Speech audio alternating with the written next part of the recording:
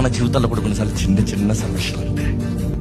ఆయన చేతులకు అప్పచెప్పిన ఏ జీవితాన్న బాగు చేయగలిగిన దేవుడు, ఆయన చేతుల వెర్రకొట్టి నలకొట్టి మనుషుడు బూడిదగా చేసి పెట్టండి. అక్కడ ఆ బూడిదలో నుండి పూదండను తీసి నీకు ఘనతనిచ్చే దేవుడు అంటే ఎండిన ఎముకల దగ్గరికి తీసుకెళ్ళాడట.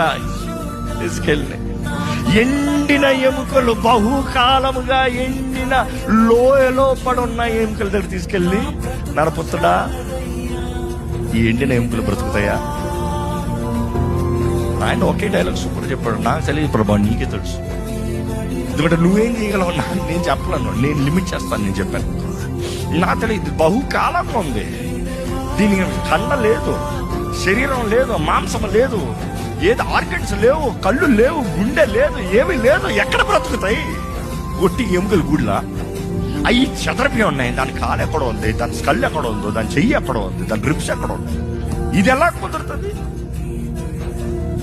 కానీ నీకే తెలుసు. కొన్నిసార్లు నువ్వు చెప్పద్దు, ఎందుకంటే నీకు అనిపించదు ఎక్కడ ఏది ఉందో.